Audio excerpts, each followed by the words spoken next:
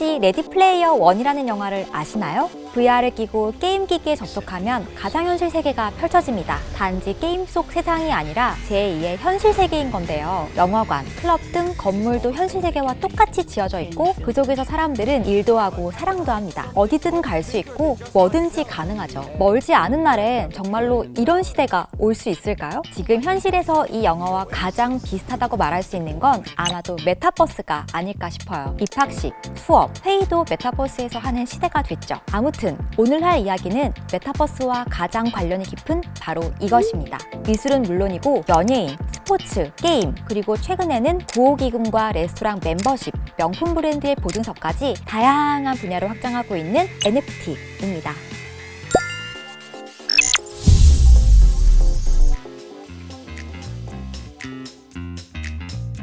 NFT를 이야기한다면서 가상현실은 뭐고 메타버스는 또 뭘까 싶죠? 두 시장이 다른 것 같지만 앞으로는 같은 시장에서 만나게 될 거예요. 그럼 가상현실을 이야기하기에 앞서서 NFT를 먼저 이야기해볼게요. 불현듯 세상에 나타난 NFT. 작년에 NFT라는 단어 사용이 1만 1000% 이상 늘었다고 합니다. 콜린스가 정한 2021년 올해의 단어로 선정되기도 했고요. 도대체 NFT가 뭐길래 이렇게 열풍이 부는 걸까요? 작년 한 해는 부동산, 주식, 코인 등 다양한 시장이 관심을 받았었는데요. 거기에 이어 NFT와 메타버스까지 미래기술로 그 영역이 확장됐어요. NFT란 디지털 아이템을 소유하고 소유권을 기록하는 암호자산이에요. 많은 분들이 알다시피 대체 불가능한 토큰의 약자이죠. 대체 불가능, 말 그대로 그것 외에는 대체할 수 있는 게 없다는 겁니다. NFT를 쉽게 말하면 기념주화에 가깝죠. 1988년 서울 올림픽 기념주화와 2018년 평창 올림픽 기념주화는 한국에서 열린 올림픽이라는 점을 빼면 가치가 아주 다르잖아요. 그래서 서로 교환할 수 없고 또 다른 것으로도 대체할 수 없어요. NFT는 단 하나의 유일성, 그 자체라고 봐야 하는 거죠. 그렇다면 NFT는 어떤 형태를 가지고 있을까요? NFT의 인지도를 높여준 크립토펑크, 디지털 한정판 캐릭터인데요. 예를 들어서 판화를 500개 한정판으로 찍는다고 하면 각 그림에 에디션 넘버가 부여되거든요. 500개 중에 35번째, 500개 중에 432번째 이런 식으로요. NFT에도 이런 고유의 넘버가 붙는 건데요. 단순히 번호를 그림 옆에 적어두는 것이 아니라 블록체인이라는 기술을 통해 발행부터 사고 파는 모든 순간이 기록되게 만든 거예요. 인터넷을 사용하면 쿠키에 기록이 남잖아요. 내가 어느 사이트를 방문했다와 같은 그것과 같다고 생각하시면 조금 더 이해가 쉬울 것 같아요. 다만 쿠키는 삭제가 가능하지만 NFT는 기록 삭제가 불가능하죠. 또 많이 보신 것 중에는 프로농구 NBA에서 유명 선수의 하이라이트 장면을 편집한 동영상을 런칭했죠. MBC에서는 무한도전의 부야호나 복면가왕의 상상도 못한 정체, 그 외에 MBC를 통해 방영된 수많은 순간들의 기록들을 NFT로 만들어서 판매하고 있고요. 리셀 시장에 도입해 운동화의 정품 여부와 소유권 추적에도 활용하고 더 나아가 부동산에서도 소유권의 일부를 NFT로 발행하고 거래할 수 있는 기술을 발표했어요. 또 향후 신분증이나 자격증으로도 그 용도가 확대될 것이라고 해요. 예를 들어서 위조 논란이 많은 졸업장 같은 것들을 NFT로 취득하게 해서 발행 시점과 발행 기록도 남고 또 그 기록을 변경할 수 없도록 만드는 거죠. 처음엔 미술 작품을 NFT로 만들어 판다, 미술 시장에서 주목하고 있다 와 같이 미술 시장과 NFT가 연관된 이야기가 많이 들려왔었는데요. 이제는 점점 그 영역이 확장되고 있는 거예요. NFT로 만들어 판 미술 작품들, NFT가 뭔지도 모르겠는데 팔렸겠어? 싶지만 이게 또 엄청난 신기록을 세우면서 새로운 바람을 일으켰죠. 작년 3월 크리스티 경매에 마감 5분을 남겨놓고 열띤 경쟁이 벌어졌습니다. 어느새 응찰 횟수 350회를 넘어섰죠. 계속 높은 가격으로 응찰이 접수되자 마감 시간도 자동으로 2분가량 연장됐고요. 이렇게나 치열했던 경매는 해당 작품이 한화로 약 785억 원에 낙찰되면서 성황리에 마무리됐습니다. 이날 세운 신기록으로 이 작가는 제프 쿤스의 토끼와 데이비드 호크니의 예술가의 초상에 이어 생존 작가 중 최고 낙찰가 3위에 안착하기도 했죠. 그런데 이 작품이 더 화제가 된 건 실제 그림도 미디어 작품도 아닌 JPG 형식의 그림 파일이라는 거였어요. 어떤 사진 파일이 제프 쿤스, 데이비드 호크니 같이 인기가 많은 작가의 작품들 사이에서 세 번째로 높은 가격에 판매된 거예요. 이쯤 되면 눈치를 채신 분들도 계실 텐데요. 이 작품은 바로 작가 비플이 2007년부터 13년 넘게 모은 5,000개의 이미지들을 모자이크로 만든 매일 첫 5,000일이라는 작품이었습니다. 사진 파일 형식은 바로 NFT로 만든 작품이었는데요. 이 작품을 판매하기 위해서 경매회사는 사상 최초로 작품 판매 대금을 현금이 아닌 암호화폐 이더리움으로 결제하도록 했어요. NFT는 가상화폐를 통해서 거래를 해야 하거든요. 비플은 한 언론과의 인터뷰에서 예술가들이 20년 이상 디지털 기기로 예술작품을 만들어 인터넷에 배포했지만 그것을 진정으로 소유하고 수집하는 방법은 없었다. 이제는 NFT와 함께 상황이 바뀌었고 나는 미술사의 다음 장인 디지털 예술의 시작을 목격하고 있는 것이라고 믿는다. 또 미래의 예술이 벽에 거는 고정된 작품으로만 있지 않을 것이라고 생각한다. 200년 뒤의 사람들은 그런 것들은 동굴 벽화로 여기게 될 것이다. 지금 예술은 변화하고 또 진화하고 있다 라고 말했죠. 제대로 신호탄을 날린 비플을 시작으로 세계적인 작가 데미안 허스트를 비롯해 국내 작가 우구건과 하정우도 디지털 아트 시장으로 뛰어들었어요. NFT 미술품의 시초로 불리는 크립토펑크도 크리스티가 진행한 경매에서 189억 원에 낙찰되기도 했죠. NFT가 다른 곳보다 미술 시장에 빠르게 안착할 수 있었던 데에는 경매회사의 전폭적인 수용력 때문이라고 볼 수 있습니다. 256년이라는 오랜 역사를 가진 메이저 경매회사에서 NFT 작품이 나오고 높은 가격에 팔리고 가상화폐 거래를 연 것만 봐도 알 수 있죠. 또 소더비에서는 소더비 메타버스라는 이름으로 이더리움 기반의 NFT 마켓을 시작했고 국내도 솔옥션 등에서 NFT 사업을 준비하고 있고요. 일각에서는 디지털 미술사의 시작이라고도 하지만 한편으로는 이를 바라보는 우려의 시각도 있습니다. NFT라는 새로운 장이 열렸으니까 아직은 그 가치를 판단하기가 이르다는 거죠. 그림도 안 주는데 NFT를 왜 사? 이런 의문들 들 수 있습니다. 현실에서 눈으로 직접 보고 만질 수가 있는 상품이 아닌데 도대체 가상현실에서 존재하는 그림이나 다른 NFT 상품들을 왜 사냐는 거죠. 여기에 대해서는 일종의 재테크 수단이라고 생각하면 좋을 것 같아요. NFT를 산다는 것이 그린 파일을 산 것이라는 접근보다는 그린 파일 소유권 증명서를 산 것이라고 이해하는 거죠. 그러니까 부동산이나 주식처럼 내가 가치 있다고 생각하는 것에 투자하는 건 똑같은 거죠. 세계 최대 NFT 마켓으로 불리는 오픈시의 올해 1월 거래량은 35억 달러를 돌파했다고 해요. 이는 약 4조 1,565억 원 정도에 해당하는 금액인데요. NFT 시장의 세력이 확장되고 있는 것을 넘어서 재테크 수단으로 자리를 잡아가고 있다고 볼 수 있는 거죠.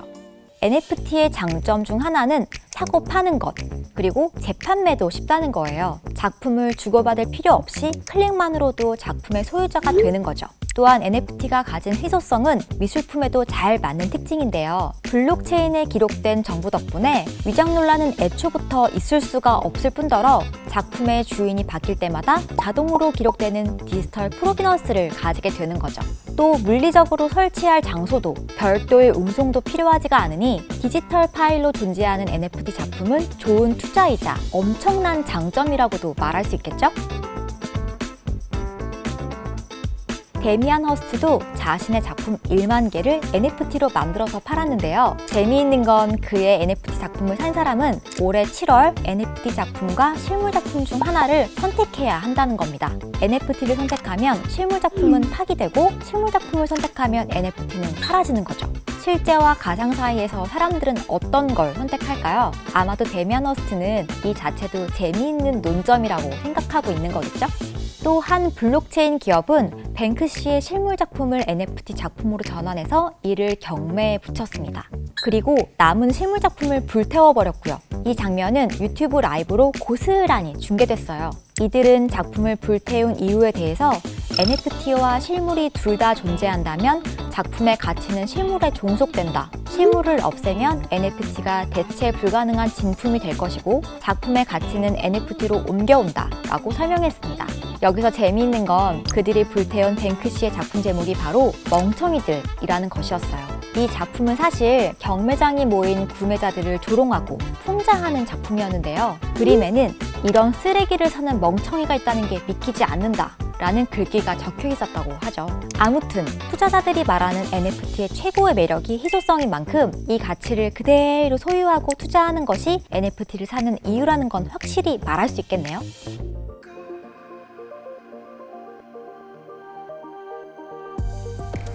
이렇게 NFT를 사고 팔고 가치를 소유하기도 하고 리셀도 하며 하나의 부동산 자산처럼 가지고 있을 수도 있지만요. 이것을 활용할 수 있는 하나의 장소가 생기기도 했습니다. 바로 메타버스인데요. 메타버스에서도 현실처럼 사회, 문화, 경제 활동이 이루어집니다. 그 말은 즉 메타버스 내에서 캐릭터, 옷, 자동차, 집 같은 물품들이 필요하다는 거고요. 쇼룸, 편의점, 콘서트장처럼 이용할 수 있는 장소도 필요하다는 거죠. 그럼 자연스럽게 아이템을 만들어서 파는 사람이 생길 거고 그 아이템을 사는 사람이 있을 거고 또 아이템을 팔 공간이 생기겠죠. 여기에도 NFT가 필요합니다. 아이템을 만들고 팔고 사는 모든 활동들을 하기 위해서요. 메타버스에서는 우리가 현실에서 사용하는 현금이나 금으로 거래하는 게 아니기 때문이에요. 게임과 비교해 볼까요? 게임이라는 가상 공간에서 우리는 아이템을 사고 거래도 합니다. 우리가 총 게임을 한다고 생각해 볼게요. 게임을 진행하기 위해서 게임 속 마트인 아이템샵에 가서 총을 하나 구입해야 할 겁니다. 여기서 총은 게임을 개발할 때 이미 입력된 코드에 의해서 만들어진 총이죠. 그러니까 게임을 실행하면 생기는 캐릭터, 컨셉, 맵처럼 게임 안에 녹아있는 스토리 중에 하나라는 거예요. 그리고 그 총은 그 게임을 하는 모두가 다 살 수 있어요. 게임을 통해서 얻은 보상 또는 현금을 투자한 가상 캐시로요. 그리고 총 모델이 같다면 같은 게임을 이용하는 사람들끼리 교환도 가능하죠. 하지만 메타버스에서는 메타버스를 이용하는 일반인 김철수 씨가 총을 만들어서 직접 팔 수 있습니다. 총을 NFT로 만들어서 파는 거죠. NFT와 메타버스는 게임이나 문화로 보는 것을 넘어 하나의 새로운 재테크 수단이자 새로운 세계로 인식하고 있는데요. 이게 바로 게임과의 차이입니다. 메타버스에서 즐길 수도 있고 거기서 하는 많은 것들은 돈으로도 연결돼 돈을 벌 수 있는 또 하나의 수단이 되는 거죠. 디지털로 만든 생산물, 즉 NFT는 총이 될 수도 있고 어떤 영상이 될 수도 있고 방귀 소리가 될 수도 있고 그림 작품이 될 수도 있고 하여튼 다양합니다. 그럼 이걸 누가 사? 그러니까 이걸 팔리게 하기 위해서는 이 아이템만의 희소성이 있어야 한다는 겁니다. 즉 세상에 단 하나밖에 없는 상품을 만드는 거죠. 또 게임과 다른 점은 게임에서는 현실에서 산 내 피와 살 같은 아이템들이 게임이 없어지거나 게임을 더 이상 하지 않게 되면 전부 사라지게 되잖아요. 마치 싸이월드를 할 때 열심히 사둔 도토리가 하루아침에 무용지물이 된 것처럼요. 하지만 NFT는 메타버스가 없어져도 사라지지 않아요. NFT는 메타버스에서만 만들고 판매하는 것이 아니라 자체적으로 만들어지고 있고 메타버스에서도 활용할 수 있는 독자적인 아이템이니까요. NFT의 미래는 어떻게 될까요? 모든 업계가 가상시장의 중요성을 실감하면서 NFT의 산업을 진행하고 있죠. 시장이 너무 빨리 움직이고 있는 것도 사실입니다.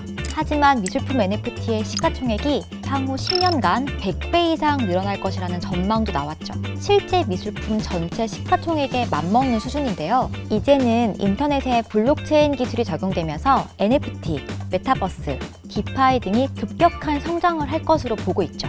그 중에서도 NFT의 성장 잠재력이 무궁무진할 것으로 평가되고요. 지금은 많은 작가들이 호기심에 뛰어들었을지라도 새로운 장으로 그 무대가 확장되지 않을까요? 또 우리나라는 2026년까지 메타버스 산업을 활성화한다고 밝혔는데요. 메타버스의 생태계 열쇠인 컨텐츠를 만드는 자들의 창작 욕구와 수익성을 위해 전 국민 누구나 자신이 만든 영상, 사진, 아이템 등의 컨텐츠를 수익화할 수 있도록 디지털 창작물을 NFT로 생성할 수 있는 바우처도 지급할 예정이라고 해요. 이로 인해 이전에 없던 새로운 일자리가 생겨나는 목표를 갖고 있는데요. 유튜브를 통해서 유튜버가 생겨났듯 메타버스를 통해서 메타버서가 탄생하는 거죠. 인터넷에서 무한 복제돼서 돌아다니는 수많은 디지털 컨텐츠, 누가 최초로 올렸는지, 누가 가지고 있는 건지는 알 수 없지만 NFT는 그게 가능하죠. NFT의 가치가 높게 평가되는 이유도 그 때문이고요. 복제 시대에 내가 가진 진품이 인정받는 데서 오는 만족감, 그리고 오리지널리티가 주는 열망, NFT 작품을 가진 유일성이 사람들을 자극한 게 아닐까 싶어요. 또 이걸 활용한 새로운 예술 장르, 새로운 재테크 수단의 탄생이라고도 볼 수 있겠죠? 유튜브 시장은 이미 포화 상태니 NFT 창작자로서 새로운 시장의 주인이 되어보는 건 어떨까요?